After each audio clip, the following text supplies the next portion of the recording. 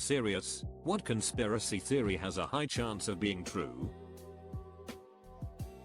Amelia Earhart didn't crash. She was shot down by the Japanese because she was taking spy photos for the US government.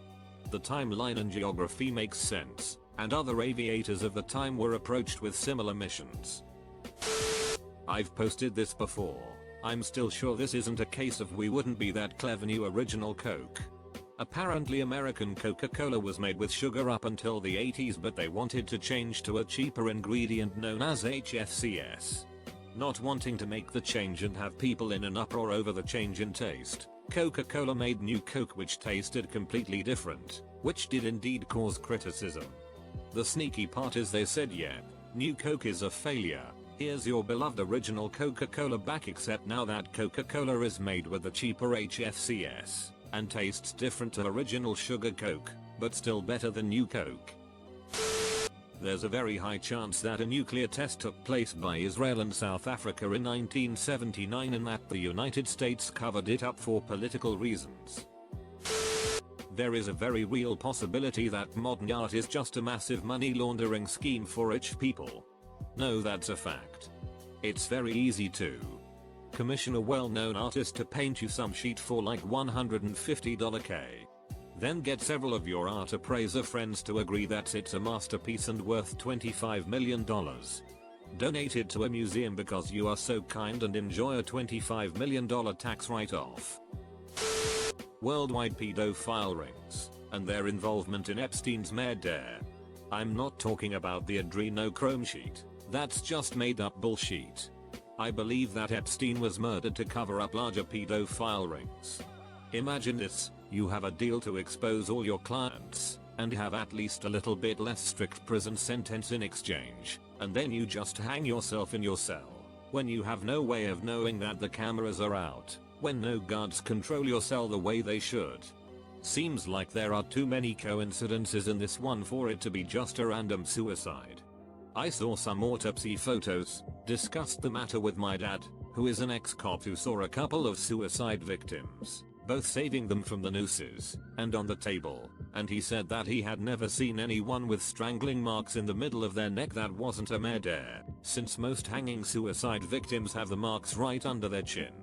If Epstein survived, and still gave out the list, it could have had a couple of added names, but there are pretty big chances that some of his clients might have been involved in other pedophile rings, much larger than what his ring. She just doesn't add up. Edit. Some people ask me what is adrenochrome. So TLDR, there is a batshit insane conspiracy theory that rich people torture kids so that adrenochrome is created in their blood, and that you can spot an adrenochrome user by bruises near their eyes. That identity of Jack the Ripper was known to the police. He was actually detained and questioned by police before being released. He then left the country before they could rearrest him. Scotland Yard then covered up their failure, which snowballed into one of the biggest serial killer conspiracy theories in history. This is supported by the fact that 132 years later, they are still withholding the case files and decline all freedom of information application as the files may have an impact on living persons. The Titanic didn't sink, the Olympic did. The story goes that after a disastrous maiden voyage of the Olympic, it would cost millions to repair in a time where $1 million was a lot of money. Its sister ship, Titanic, was still being built, so they hatched an insurance fraud scam. They swapped the nameplates between the two ships, labeled the Olympic as the Titanic, and set sail. They planned to take damage to the ship, have a nearby ship save everyone, collect the insurance money and party hard.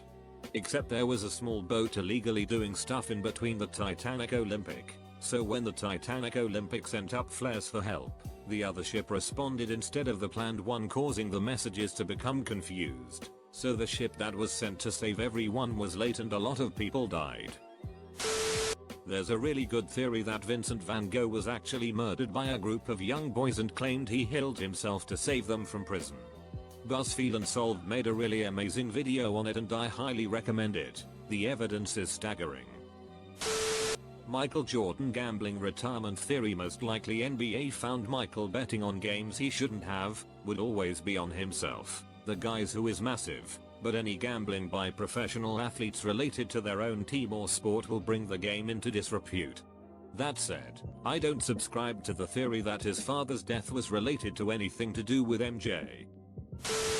The opioid epidemic is a targeted purge of economically depressed and potentially rebellious regions of the country. Back in the 90s, NAFTA held small to mid-scale manufacturing in the Rust Belt and Appalachia. Those industries have always been where the majority of the people in those areas worked. This left a lot of angry people. They are still angry, so much so that they hate Hillary Clinton because Bill signed NAFTA into law, and that is why we've had sheet for brains in the White House ducking up the country the past 3 years. But I digress. These are also areas that are traditionally anti-authority. Especially Appalachia. And they are areas where people have guns and know how to use them. So, what are you going to do with these people? They refuse to retrain for the new economy, they're starving, they are armed, and they have a pretty legitimate grievance. You are going to need to get them under control if you want to stay in power. So Pharma and whoever tells the FDA to rubber stamp sheet got together and read about the opium wars, how the British used opium addiction to control the Chinese. Bingo. Start sending hot sales reps to towns up in the hills with wine the doctors haven't seen since med school and crates of Oxycontin. They start prescribing it for everything. Doctors ducking no better, but somewhere in on this too. The epidemic grows to the point that the medical system is strained. 9/11 happens, we occupy Afghanistan, and eventually the world's opium supply is no longer threatened. The transition begins. This is when the government pulls the trapdoor lever and cracks down on opioid prescriptions. There are now regions of the country full of desperate addicts who are thinking more about being dope sick than storming the capital. They are all useless to the wealthy, though, because they aren't creating their wealth, and some are still belligerent. Afghan opium gets processed into heroin and suddenly starts showing up in these towns in WV and PA and KY where it's never been seen before. The government's Chinese partners start manufacturing bulk fentanyl and selling it cheap to the guys bagging and running the sheet down from Cleveland and Detroit to these little towns, to cut it and make it more addictive. And the threats to your authority start dying. Such a sad thing, but TSK those were junkies, Karen, not humans. Just look at their lack of material wealth, how un-American. They won't be missed. Here we are today. Democrats and Republicans working together to spread propaganda that you can only be one of the other. Like, the idea that third parties are way too small to even have a chance of being elected, for president or for Congress, and therefore should be ignored.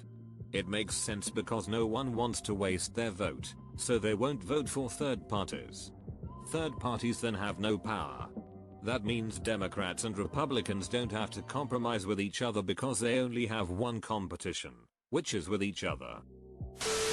That the term conspiracy theorists was coined by the CIA to make a mockery of people who put facts together out of loop of mainstream media to say what was happening behind the scenes. That turned into flat earthers, reptilian royals and whatever else falling under the same umbrella and skewering the public perception of theorists. Many theories proved true, CIA funneling Drew Gus into the USA, but they fall under the umbrella as moon landing fakes so people don't really pay attention. On the 5th of August, 1952, a car came to pick up Samira Musa in Berkeley, California. The driver opened the door for the world-renowned scientist, who was the first ever female Egyptian nuclear scientist. The 35-year-old was the first woman to earn a doctorate in atomic radiation and the first woman to hold a teaching post at Cairo University thanks to her groundbreaking PhD in atomic radiation in the 1940s. Musa sat in the backseat as they left the city and headed along the California coast. She had completed her research and was preparing to return to Egypt, but she had received an invitation for a dinner. Driving along the curved cliffs of the Pacific coast, the car suddenly swerved and plummeted 40 feet over the edge, killing her immediately. The driver jumped from the car just before the fall and later disappeared, and the invitation she received to California turned out to be fake. The death of the brilliant young physicist is shrouded in mystery. While no one knows for sure what happened, some suspect that was targeted by Mossad, Israel's intelligence agency, to prevent Egypt from acquiring knowledge of nuclear technology, though it has never claimed responsibility. Edit. This is not the first incident from that type. Ramadan was head of the National Radiation Observatory Network at the Egyptian Nuclear and Radiological Regulatory Authority.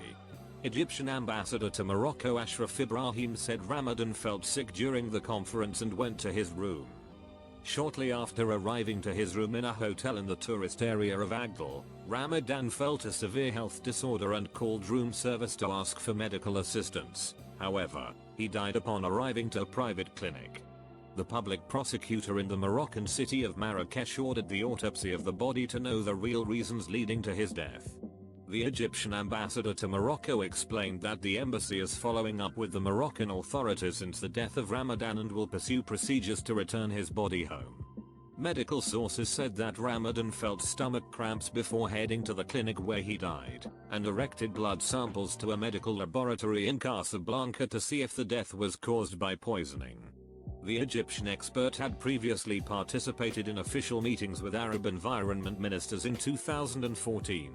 And was tasked, along with other experts, in 2015, to study the potential effects of the nuclear reactors Bushehr in Iran and Dimona in Israel.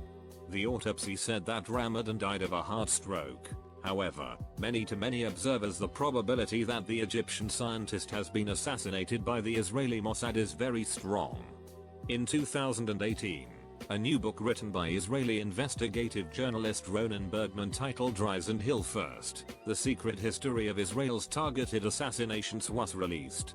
In the book, he referred to the Israeli assassination apparatus as the most robust streamlined assassination machine in history. In fact, nuclear scientists, in particular, are a real threat to Israel. For a country that is currently in a state of nuclear ambiguity, that is, its possible possession of nuclear weapons has yet not been made clear, it would be dangerous to have an Arab neighbor with the same kind of weaponry.